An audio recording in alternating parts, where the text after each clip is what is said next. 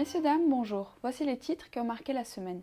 Nicolas Sarkozy a affirmé qu'il pourrait être obligé de retourner sur la scène politique. Nicolas Sarkozy a évoqué pour la première fois dans un entretien accordé à Valeurs Actuelles un possible retour en raison de la politique menée par le gouvernement. Il précise qu'il retournerait non pas par envie mais par obligation, uniquement par devoir pour la France. Hollande annonce un projet de loi pour lutter contre le chômage. François Hollande a annoncé lundi 4 mars un projet de loi sur la réforme de la formation professionnelle. Cette réforme permettra d'ici la fin de l'année de lutter contre le chômage. Les publics les plus défavorisés, plus particulièrement les jeunes et les chômeurs, sont au cœur de cette réforme. Le président de la République annonce que l'objectif est de permettre qu'un chômeur sur deux se voit proposer une formation dans un délai de 2 mois après la perte de son emploi. Des fuites menacent les pourparlers de paix avec le PKK. Le contenu de récentes discussions entre 3 députés pro-kurdes du BDP et le leader emprisonné de l'organisation terroriste PKK Abdullah Öcalan a été divulgué à la presse le 28 février. C'est un acte dans lequel certains ont vu une tentative de sabotage des pourparlers de paix. Ankara et Athènes ont signé des accords de coopération.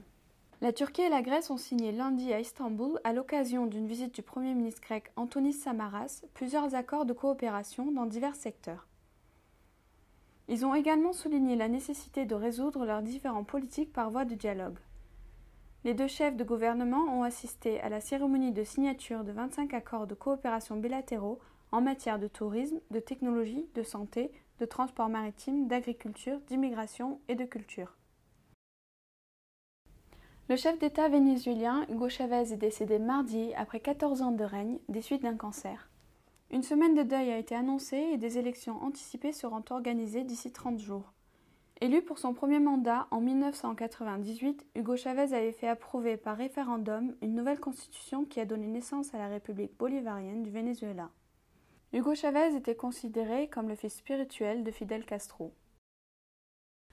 Fenerbahçe sera suspendu pour sa prochaine compétition européenne. L'UEFA a annoncé que Fenerbahçe sera suspendu pour sa prochaine compétition européenne avec un sursis de 2 ans. Cette décision intervient après le dérapage des supporters des Canaries lors de la rencontre de Ligue Europa face au Bate Borisov.